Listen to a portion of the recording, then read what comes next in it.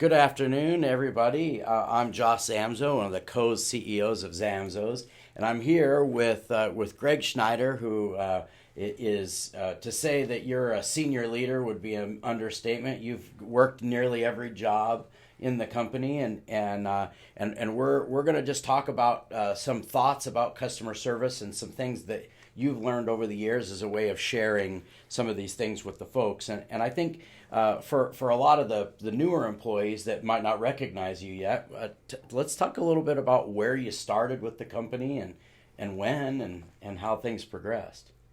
Okay, I can do that. So I've been with the company 22 years, and I started at Federal Way as a third key. I was there 3 months, then I went to Fairview and worked for Jim Martin as his assistant manager for 3 months. Was that at Fairview? At Fairview. When Jim was the manager When at Jim Fairview? was there, yeah. Then I took over the Meridian store as manager, and I ran Meridian for just under 10 months. It was at that time we were going to open the Eagle store, and they selected me to open the Eagle store.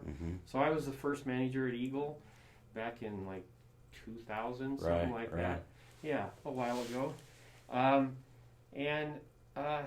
I was there for, I think the first 2 years Eagle was open, and then I took over Federal Way, and I ran Federal Way for just short of 3 years before coming in to be the sales manager. Right.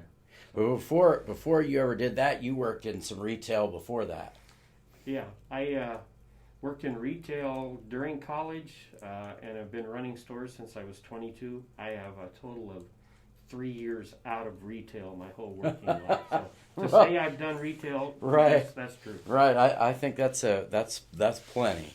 That's plenty. Well, this is kind of a different format. We talked about doing a number of different ways that we could do this, and I think this is kind of a fun format where I'm going to interview you and add some things as we go. But we've got some notes on things that we want to cover, but we're kind of off the cuff here. So I think at the very beginning, it's worth talking about what the Zamzows way is. When we talk about that concept sometimes, what is the Zamzows way and what is that about? What does that mean to you? Well, the second half of the Zamzows way is customer service beyond our customers' expectations. Right. So that's a big deal. That's sticking your neck out.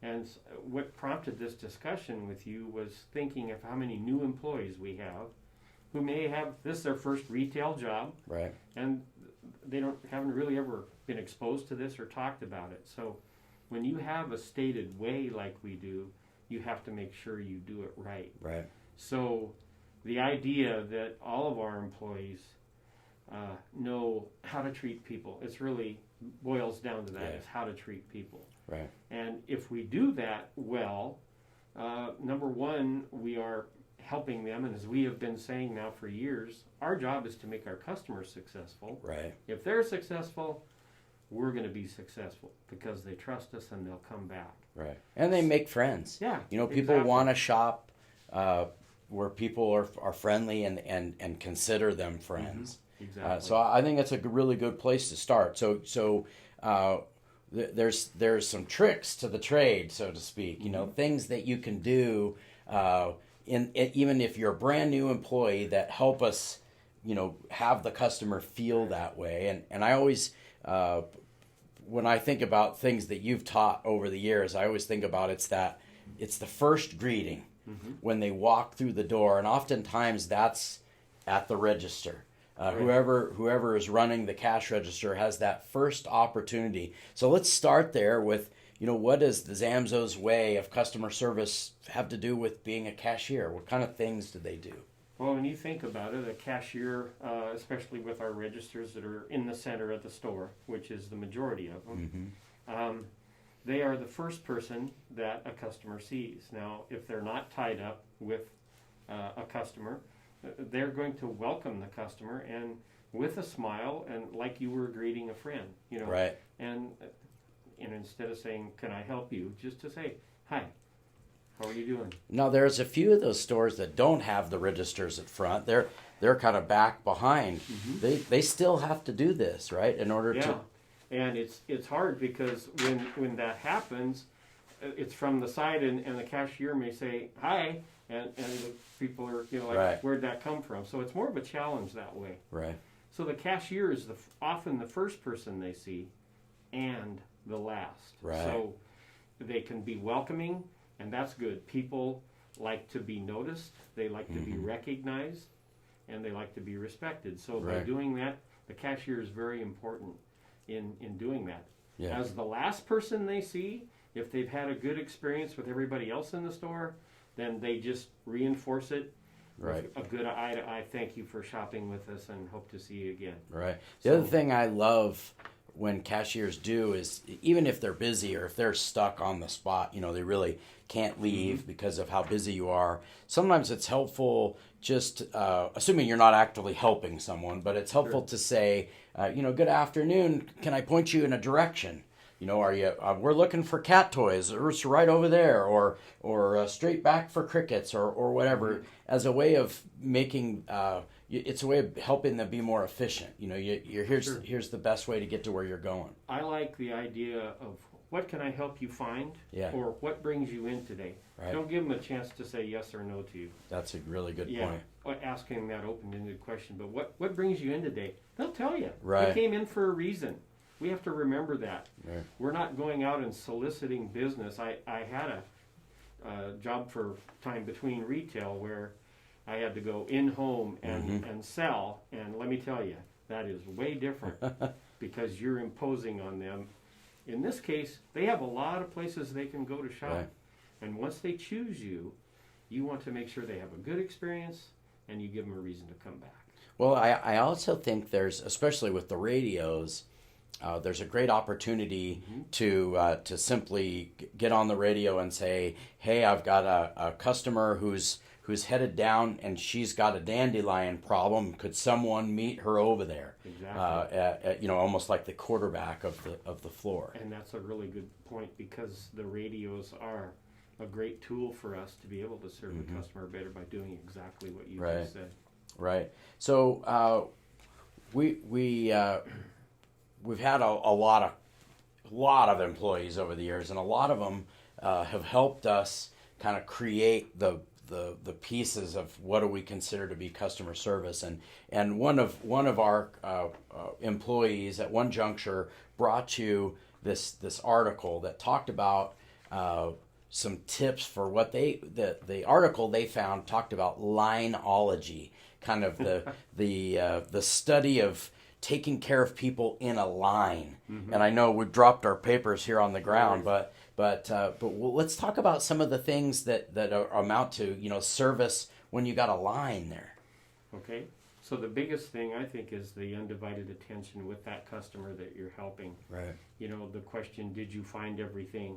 And if they say no, I didn't, then they can ask the question there. Obviously, if you have people in line, it's not a time to chit chat. Yeah, chit chat. But again, you can use the radio and to contact someone else that could possibly come up and help them.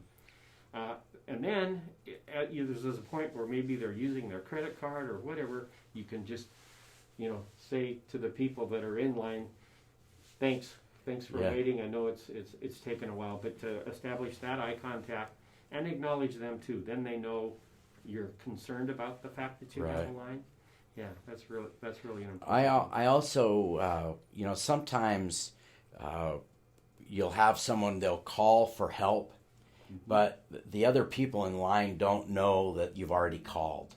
So it's helpful, I think, to say there's help on the way. Sure. I'm here, but you're not wasting your time. I did call, and as soon as that guy gets off the tractor, he's going to be here right next to me, and we're doing the best we can.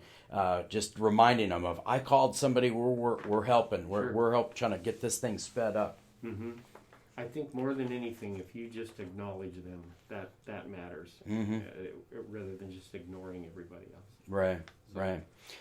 And the phone's a hard one there. Oh, yeah. Because if you have a customer, that's the customer that's in the store. Yes, people calling in may have, questions, but we should take care of that customer in front of us. Right. Someone else should be aware of what's going on and getting that phone. Right. And I've taken calls before where you take the call and the customer is saying, well, could you talk about the difference between, market more cucumbers and burpless, and then the line starts to build up, and you're talking to them on the phone, and sometimes you have to find a way to say,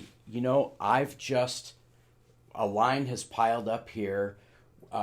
Would it be okay if I called you back when this all gets done, or something like that? I've got to help these customers, and I think even if the person on the phone feels a little bit off put, they appreciate the fact that you're taking care of the ones that are right in front of you, and they almost always say, "Oh, no, I'm coming in anyway. Sure. I'll talk to you about when I get there," Sure. or "Thank you, never mind," Right. or or whatever. Yeah.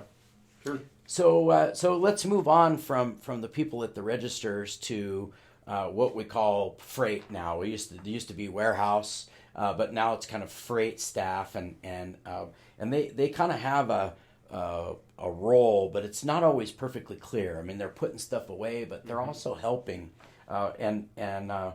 If you think about what freight staff do from a service standpoint, what's one of the main things? Well, there's a lot. First, every employee in the store should acknowledge people when they come, face to face with them. Right. They don't know what job they're doing, Right. but what they do know if you don't talk to them is that employee ignored me. Yeah. Just to say, hi, how you doing? And if the customer may ask you a question and say, hey, I need to know where. Well, sure, let me take you where that is. The worst thing you can do is point. The best thing you can do is take them where they need to go and get someone that can help them if they're not. Right. Worst case, hey, I'm on my way to fill some propane, but let me get on the radio and get somebody here for you right now. Exactly. And instead of ignoring them and then them thinking, well, they're not a very friendly store. And you mean to tell me that's even if the manager says, I want you to stack the dog food, they still need to acknowledge people while they're stacking dog food? Well, oh my, yes. And they shouldn't turn their back on the door or necessarily the aisles. They should be checking for customers. Right. So even though they're freight, we cross-train enough that even though their title is freight or warehouse, they know a lot of products and they can help with those. So they shouldn't walk away from that. So let's talk about carryouts.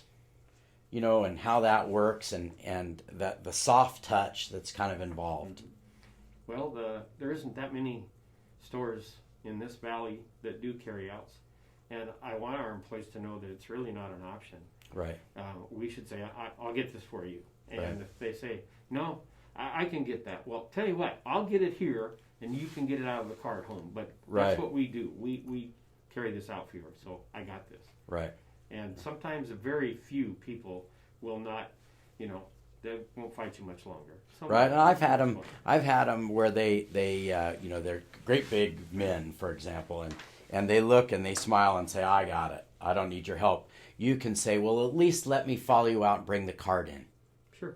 You lift that up. I'll follow you and get the cart so you don't have to bring it back. At least I could do that for you. Right. And I think that it's just that courtesy. Mm-hmm. And I think there are times, when we just physically can't do it. Sure. That week before Mother's Day, we absolutely can't do all of them, but we still do an awful lot of them. Right. And everyone does. You do them. Sure. If you're in a store, I do them. Yeah. I know Dad always volunteers if they're there. And so what about I think it's pretty true that and maybe a lot of our employees have noticed this. If you say, can I grab that for you? What do they always say? No, I got it. No. Yeah, no, I got it. Yeah. And, you touched on that, but it really is one of those things that you almost have to say, let me grab that for you. Because if you say, would you like me to, they always say no. Right. And so I think that's key. It's not optional. It's right. It's rare that we shouldn't be doing that. So there's a couple of other subtleties, things that I've seen or that I've actually done when you're carrying stuff out. Sometimes they'll say, will you put that in the back of my pickup? And the tendency is to grab that bag of dog food and just pitch it over the side. And sometimes they've been at Winco right before they were at the store, and there's eggs and or Christmas ornaments or something. Never just chuck something over. Throw her in the trunk or right, put it or on the back seat. Throw it. I actually personally have thrown bags of dog food in onto the hitch, a fifth wheel hitch, and poked it right through the bag, and then had to get in and try to fix it. And the other thing is wet, like compost type bags into nice trunks that are nice and tidy and clean. I mean, you don't always have a piece of cardboard, but I think it at least is worth saying to them, oh boy, I hate to put this in the back. Are you sure you want me to put this in the trunk? And if they say, oh, forget about it. I vacuum this thing every Tuesday. Don't worry about it. Or, but don't just do it without, asking. I think that's key. Right. Well, and that happens a lot. You open the trunk and there are the groceries. So right. you just say, let me rearrange this so I can get these in and the groceries are good. And, the thing, when you're doing a carry-out for a customer, it's really just good to establish just talking with them. You can talk about how nice the day is or what are you working on or whatever. And then when you're out there and you're done placing it, that good eye-to-eye contact and say, hey, thanks for coming in. Yeah. Hope to see you again. I'm with you. So we transition in, of course, then they thank the customer as well. Sure. They also thank the customer. During the lawn program training, we talked about how freight people can be that last double check to say, hey, let me just make sure they've got this spreader set right. You're on step one, and if you're not familiar with which step you're on, you can get with the manager and say, what should I be setting the spreader for these people? Right. And then it'll be the same thing most of the day, and you can set it to 6.5. Sometimes you can flip it upside down, and you've got a Sharpie in your pocket. You can say, we're setting it at 6.5 today, and I've got it all set for you, and help them, Sure. do it that way. I think that's helpful. For sure. Okay, so what about sales associates on the floor? They've already been greeted and they've maybe been directed, but you're called over to help them answer a problem, or you walk by and somebody's standing in the chemical aisle trying to read the directions of pulverize. What's the best way to approach that? The key is learning how to engage. And it can be something like, what you got going on? I see you're looking at this. Tell me what you got. Yeah. So it's to get them talking and then to ask questions. The more questions you ask to get a clear picture of what they're doing is better. But the big thing is listen to what they're telling you, because it makes you be able to figure out how to help them. But it's establishing that conversation. I guarantee you, if you say, can I help you?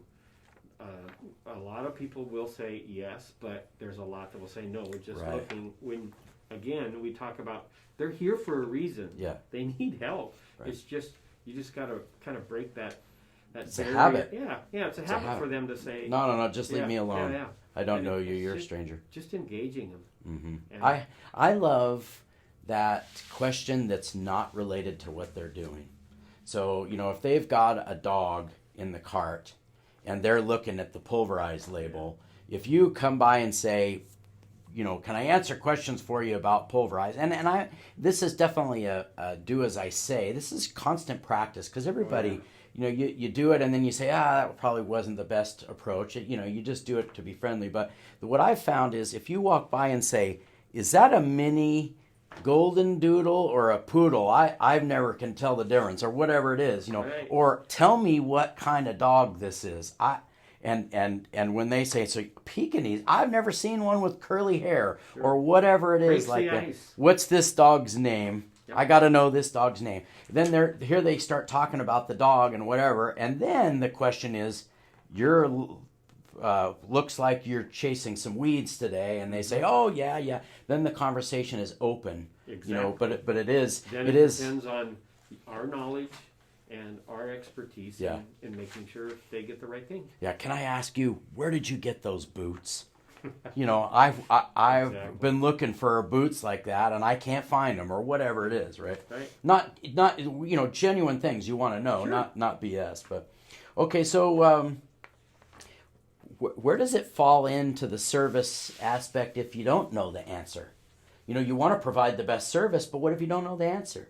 Well, the first thing to do is get someone else in the store to see if they can help you. Right. And again, that's always a challenge on a busy day. But the biggest thing is we can't, especially like you were talking about chemical, we can't guess. Mm-hmm. Yes, and I think they appreciate. They say, I don't know that answer, but let me get someone over here that can help. And that's where the radio comes in.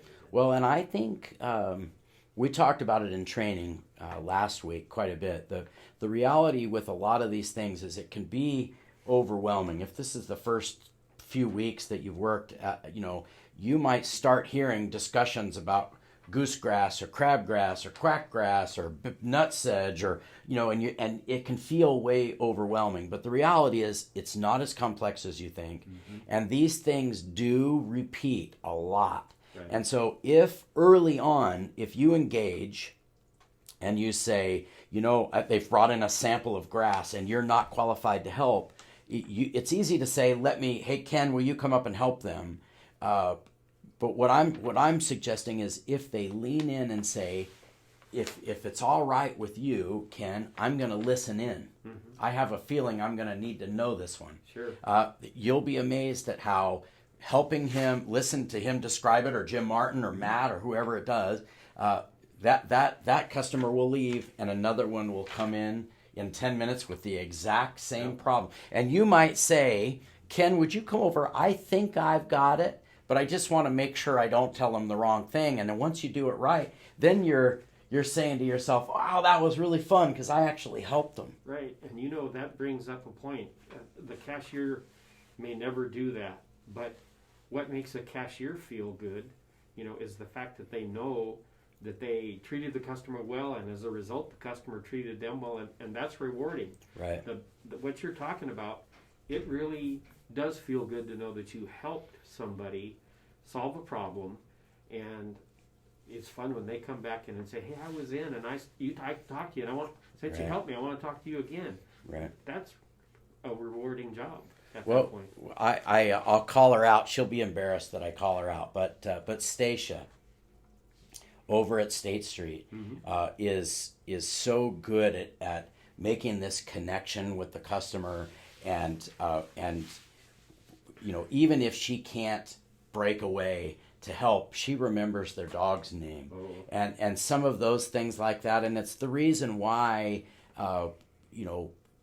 employees and there are a few of them. Maybe there's only one Stacia, but there are a few of them that are people experts that customers repeat over and over again. That lady, we adore working with her. I can't believe she remembered Mr. Snickers' name, Right. But she does because she, interacts that way. My second day with Zamzows, I was introduced to Darian and Mark Reed's sister. She was the assistant at Federal Way, and she said, "You remember this? Those dogs are their kids." Yeah. And she would just fuss over every dog that came in, and if she knew that dog's name, the people were absolutely ecstatic, and that's something to remember. Is I've often said, well, who brought you in today? Right. Pointing to the dog, and that's another way to get the name. So let's skip over to pet room.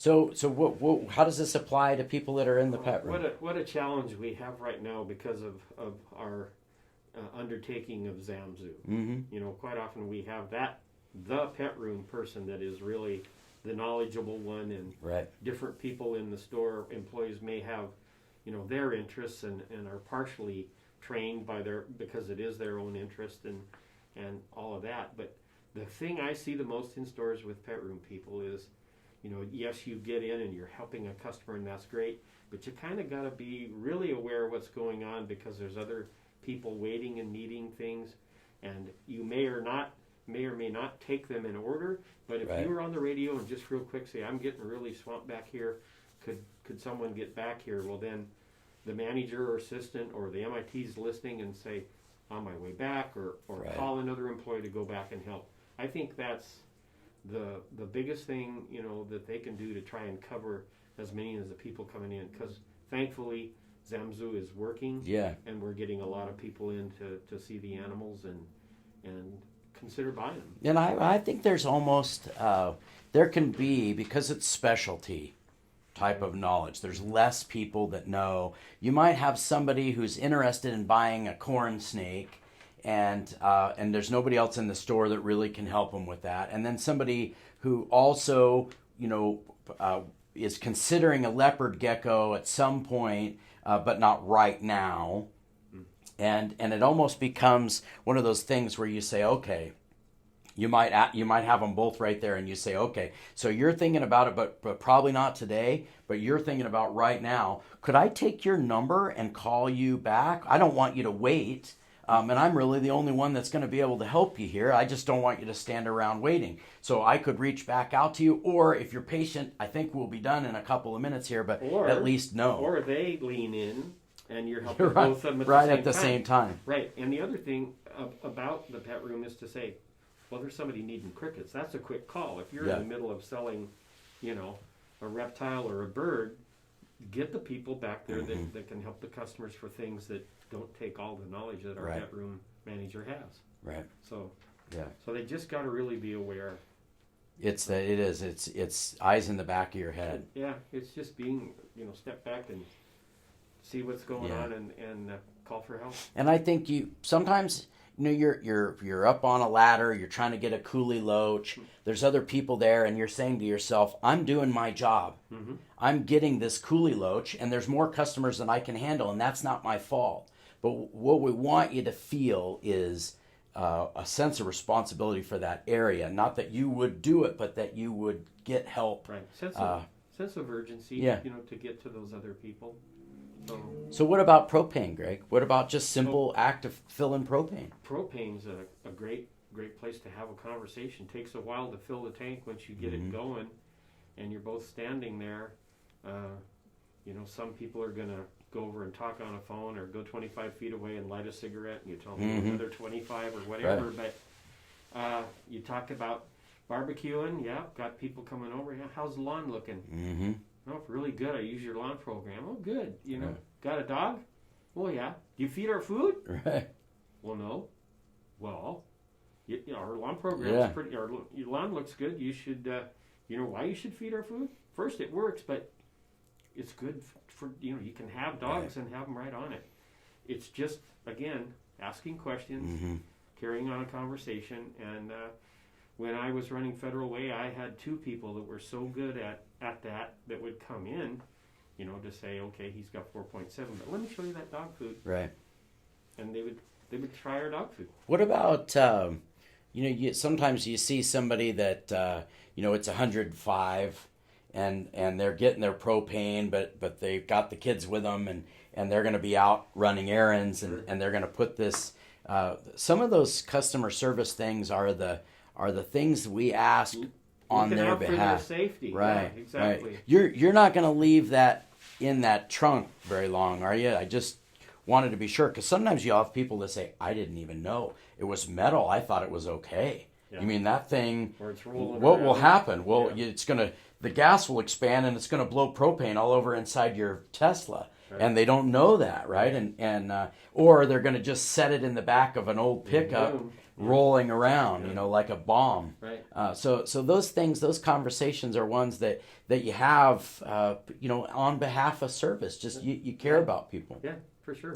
Okay, so if we move past that, let's talk about what the manager and the assistant manager, their role. And, typically by the time people get to be the manager in our company, they understand some of these things. But there are still some subtleties, I think, that pop up. Sure. We've talked about the cashier being the greeter, and we also have in our stores the X concept. And that simply is being the quarterback, knowing what every player is supposed to do, where they are, so that you can execute your plan, and that is taking care of people. Right. So the manager, the assistant manager, the MIT on a Saturday, all of them, or on the days that one or both or two other people are off, is that they're running the floor, not getting tied up themselves unless need be because of the knowledge or whatever, but making sure that all the people are getting taken care Mm-hmm. of. You're directing your own people Right. to take care of where the need is the most.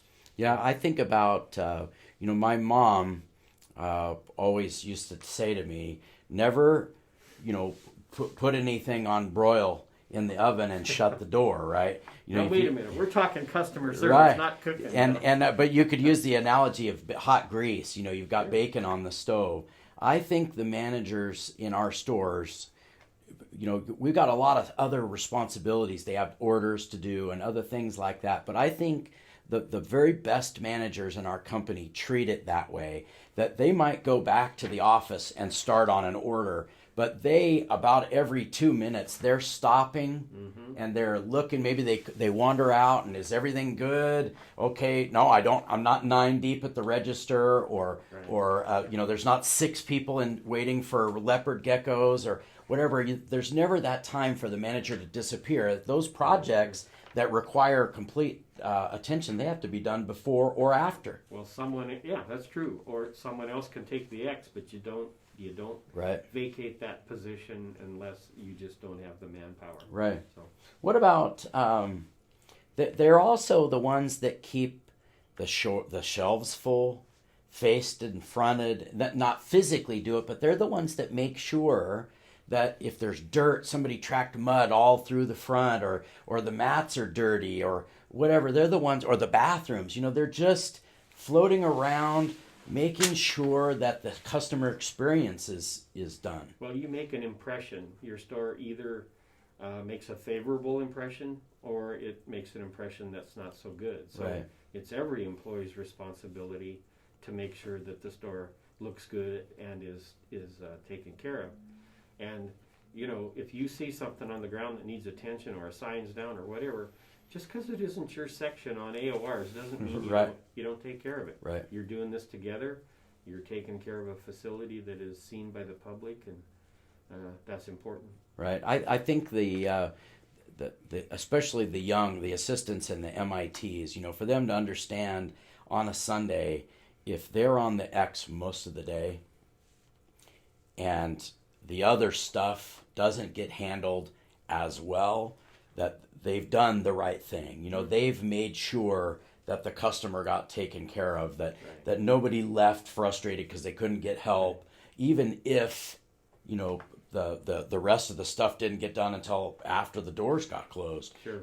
And or they had to delegate it to somebody else. And we're coming into that time of the year where it's going to be fun from the standpoint that we're Right. really busy, and we're having great sales, but you have to do that sometimes. You take care of it when you close. So what about the hours of the store?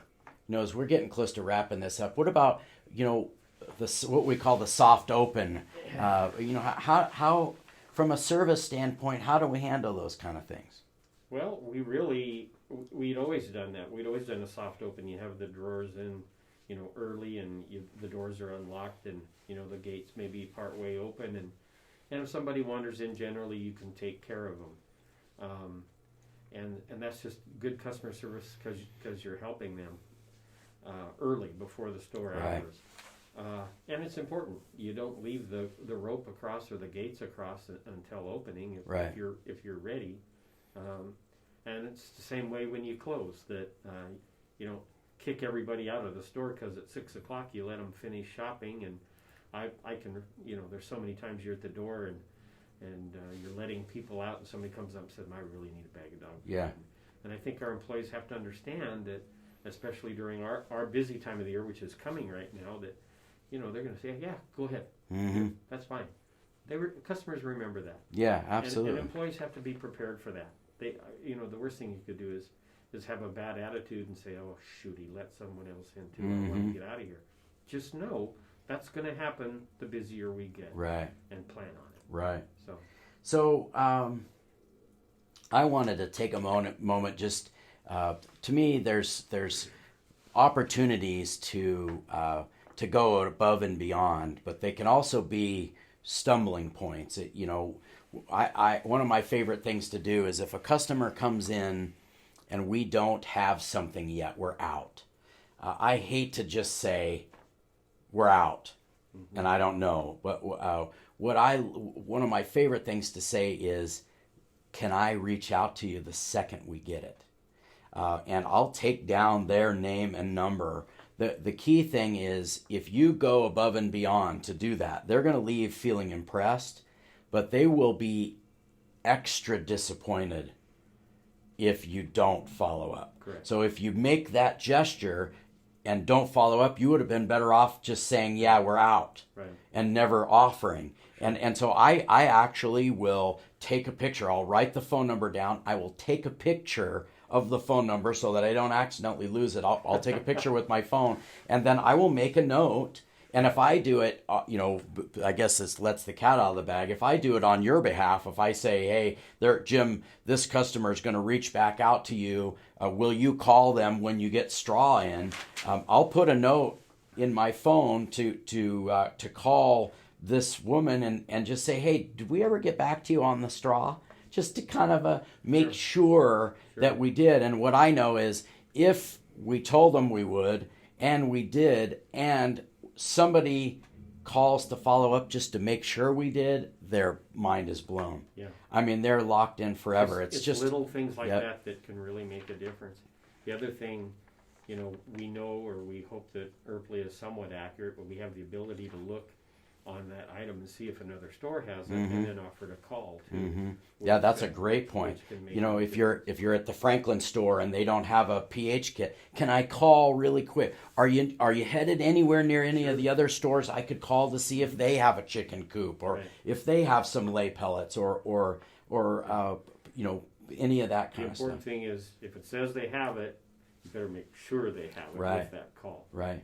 So I think that about wraps it up. We had said we could do this conversation for 2.5 hours and really get into details, but our intent is to send this out, and that the store managers would use this as a way of introducing all your people to these concepts in one shot. If this works, let us know. We can do this a lot of times. I can interview Kelly, or Callie and I can do them, or Dad and I can do them, or whatever. So if you like the format, if this works and it helps you learn, let us know, and we'll do more. Yeah. And thank you very much, Greg, for coming on and doing the service video for me.